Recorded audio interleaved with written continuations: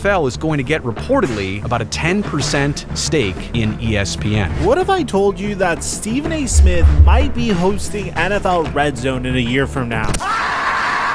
Now, before you click away thinking that I've lost my mind, stick with me because what I'm about to tell you is so much bigger and way more insane than you think. We're talking about a deal that could completely destroy NFL Sundays as we know them. And it all started with one tweet that sent the entire football world into absolute chaos. But first, let me ask you this, and I want you to think about this seriously. When was the last time you trusted ESPN to not completely ruin something you love? I'll wait.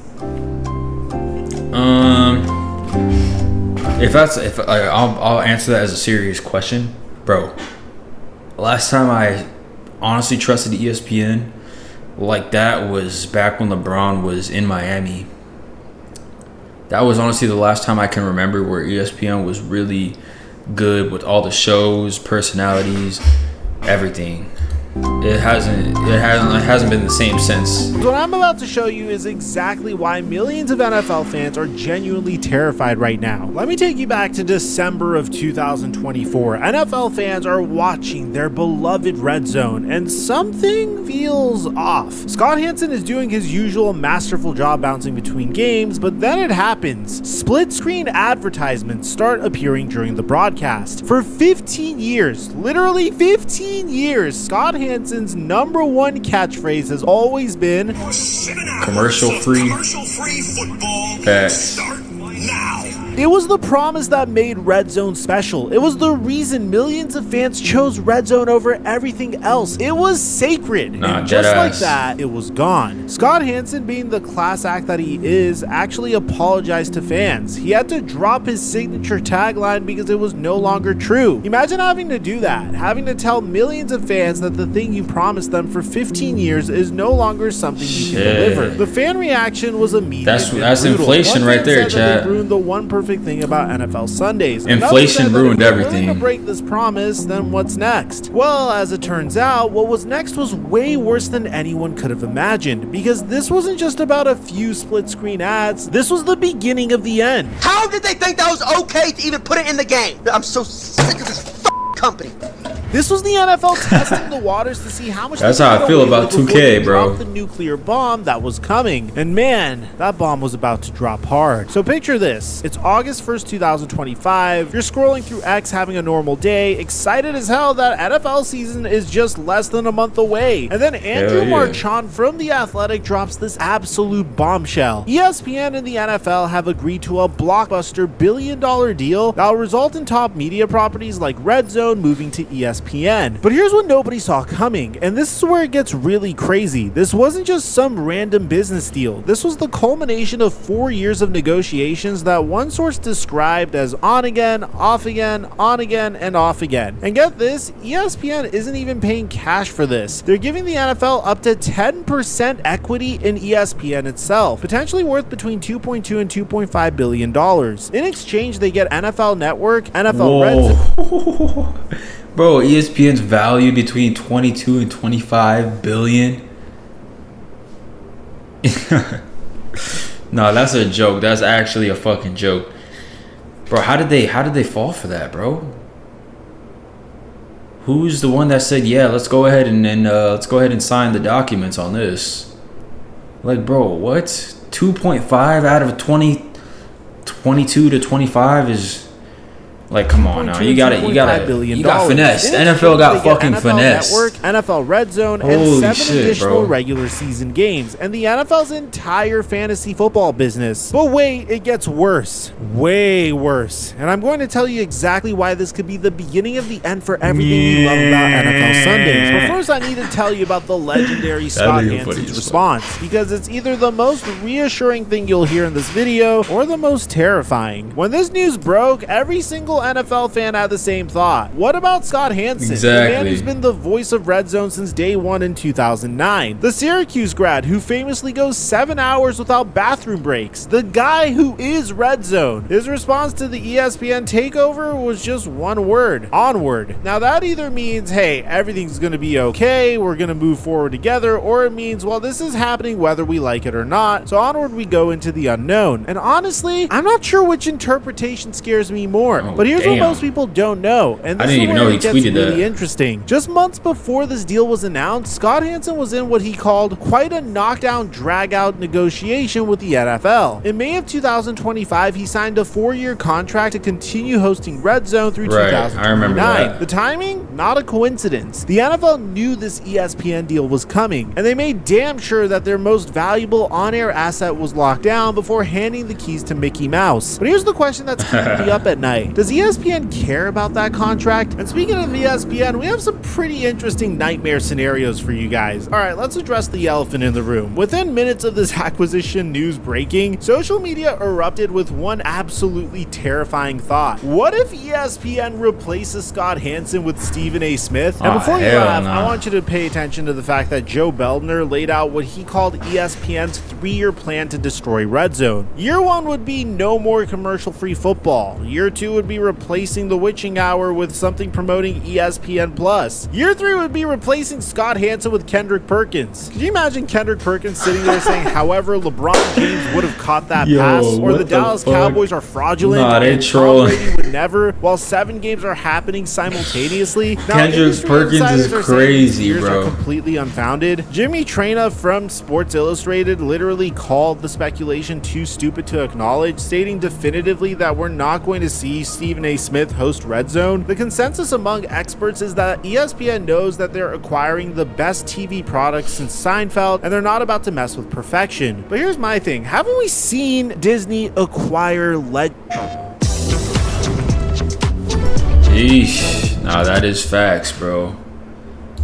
That is super facts. Multiple times we've seen Disney like take something good and kind of just do it their own way with it. IPs before and destroy them? I mean, come on, I know we're a sports YouTube channel, but are you really telling me that they know what they're doing with the Star Wars IP? And even furthermore, when's the last time that they had a show that they didn't just throw Stephen A. Smith into? ESPN and Disney have never ever had an IP that they didn't need to tinker with and ruin. All right, bro. I don't know. I don't think that ESPN gonna put Stephen A. on that. I don't think they that fucking delusional, but definitely we gonna see a lot of changes. It's like if we think we getting commercial free football, come on now. Like we all knew that shit was gonna end at some point.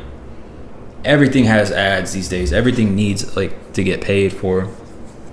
Shit's getting expensive, bro. So commercial free football, it was either this or we gotta start paying like $600 for a fucking red zone. I don't think they were gonna do that. So yeah, man. Either way, it sucks, bro. I ain't gonna lie. And this is when NFL fans would lose their minds. I mean, one fan said that ESPN will turn Redzone into the Pat McAfee show watches Redzone. Another speculated that Pat McAfee will host Redzone. So why did this deal really happen? It's not about Redzone and it's not about NFL Network. It's about survival in the streaming wars. And both sides are playing 4D chess here. For ESPN, this is literally about not going extinct. They're launching their direct-to-consumer streaming service this fall at $29.99 per month, targeting the 60+ million households that don't have traditional cable. But here's the thing, why would cord cutters pay $30 a month for ESPN when they can get Netflix for $15? Redzone, that's why. Redzone isn't just content for ESPN, it's leverage. When ESPN sits down with cable companies for carriage negotiations, they can now say, what they you doing. want Redzone? Then you're paying our price for the whole ESPN package. It's brilliant and it's ruthless. Chat, what if you have like, I have YouTube TV, so am I gonna need to buy this or like, you know what I'm saying? I was looking at what was it, the NFL Sunday Ticket thing the other day. That shit is like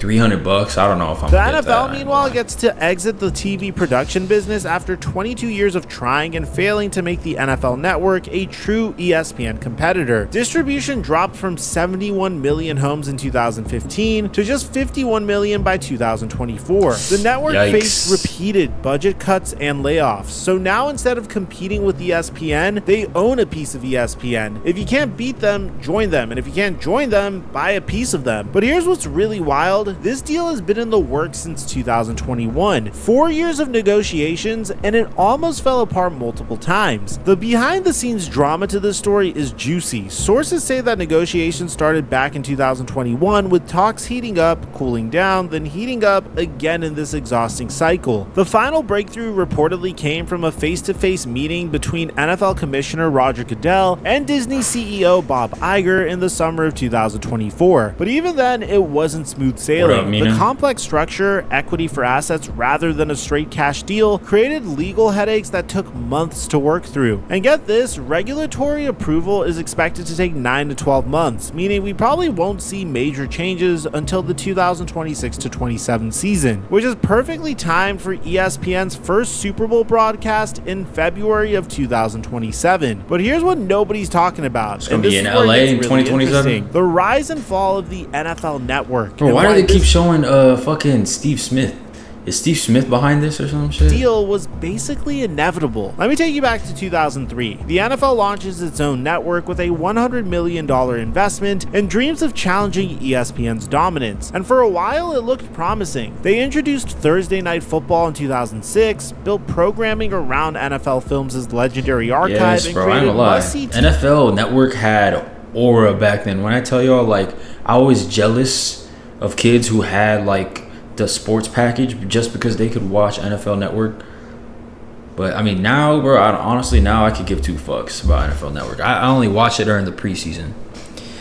But TV for football junkies. But here's the thing about taking on the worldwide leader, it's really hard. Despite having the most popular sport in America, you're taking on Disney. Content, NFL Network never achieved the cultural impact or financial success that the league hoped for. It became, as one analyst put it, a nice to have but not a must have for most fans. Then in 2009, they struck gold with Redzone. The concept was simple but revolutionary. Jump between every NFL game on Sunday, focusing on teams in scoring position, no commercials, no bathroom breaks for Scott Hansen, just pure concentrated football for 7 straight hours. It was perfect for the fantasy football boom and the emerging culture of fans who cared more about their fantasy teams than their home teams. Redzone didn't just succeed, it changed how millions of fans watch football. But even with Redzone's success, NFL Network still struggled, often pulling just hundreds of thousands of viewers. It was increasingly expensive to operate relative to its impact. In 2024, 72 of the top 100 TV shows were NFL games, but very few were on NFL Network.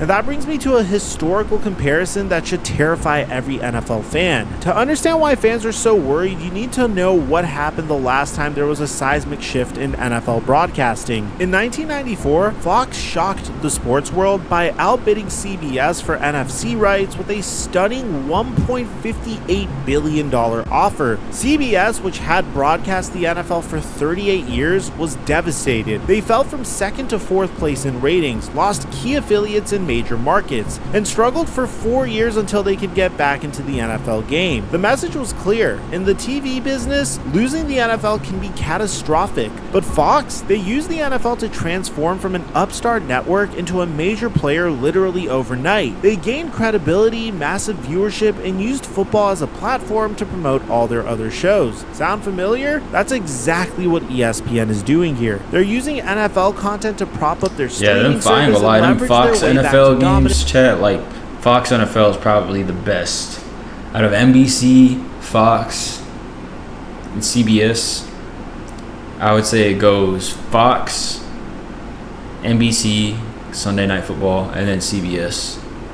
CBS gets a lot of the fucking shitty games, I ain't gonna lie. In a cord-cutting world. But here's what really matters. What does this mean for your Sundays? Alright, let me cut through all the panic and give you the real talk on what's actually gonna happen based on expert analysis and historical precedent. Redzone will probably stay mostly the same. I mean, ESPN isn't stupid, they don't have Kathleen Kennedy running this network, and they know that they're buying the best TV products in Seinfeld. Expect to see ESPN logos and that shit better stay the same, ticker, bro. but the core format, including including Scott Hansen's marathon hosting, will remain intact. No Stephen A. Smith takeover, no debate segments, no Cowboys Red Zone, as some fans feared. The NFL Network would probably get a makeover. This is where ESPN will make their mark. Expect higher production values, better programming, and integration with ESPN's massive sports ecosystem. Think of how they transformed the SEC network. Separate identity, but with ESPN's resources behind it. And Red Zone will most likely become a premium feature of ESPN's $29.99 streaming service, though it'll still be available through traditional cable packages for cord cutters. This might actually make Red Zone more accessible. So when can we expect all this to happen? Bad. Well, here's what's most likely to happen. The 2025-26 season is probably going to be the same. ESPN won't rock the boat while regulatory approval is pending. Scott Hansen does his thing. Red Zone football stays commercial free-ish, and NFL Network continues as normal. But the very next year is when integration will begin. ESPN branding appears. Some NFL Network shows might get canceled or reformed, but Red Zone remains largely untouched. This season culminates with ESPN's first Super Bowl in 21 years. They don't want any controversial changes overshadowing that milestone. But in 2027 and beyond, this is when we might see bigger changes. If ESPN's streaming service is struggling, don't be surprised if they experiment with Red Zone's format. But if the fans revolt loudly enough, ESPN will likely back off. But let's talk about what ESPN is gaining for a second. Red Zone has 5 to 5.4 million subscribers during the NFL season, with around 900,000 weekly viewers. Those might not sound like ESPN level numbers, but here's the thing. These are the most dedicated and engaged football fans in America. They're the ones who buy NFL Sunday Ticket, play fantasy football, and bet on games. In advertiser speak, they're high-value consumers. NFL Network, meanwhile, has struggled, often pulling just hundreds of thousands of viewers. It's been increasingly expensive to operate relative to its impact. The deal is valued at $2.5 billion, but here's what's crazy. That's just the equity stake. The total value when you factor in the content, the streaming rights, and the leverage it gives ESPN in negotiations is significantly more than that. And here's something that should make you think. Disney CEO Bob Iger is betting his company's future on this deal working. ESPN's streaming service needs to succeed, or Disney is in serious trouble. So let me know in the comment section down below, what do you guys think about this brand new acquisition? Damn. So for the most part, this season and the next season, honestly, as long as we keep filing our complaints, Red Zone will not be touched. Just leave it alone. That's all I care about. Just leave Red Zone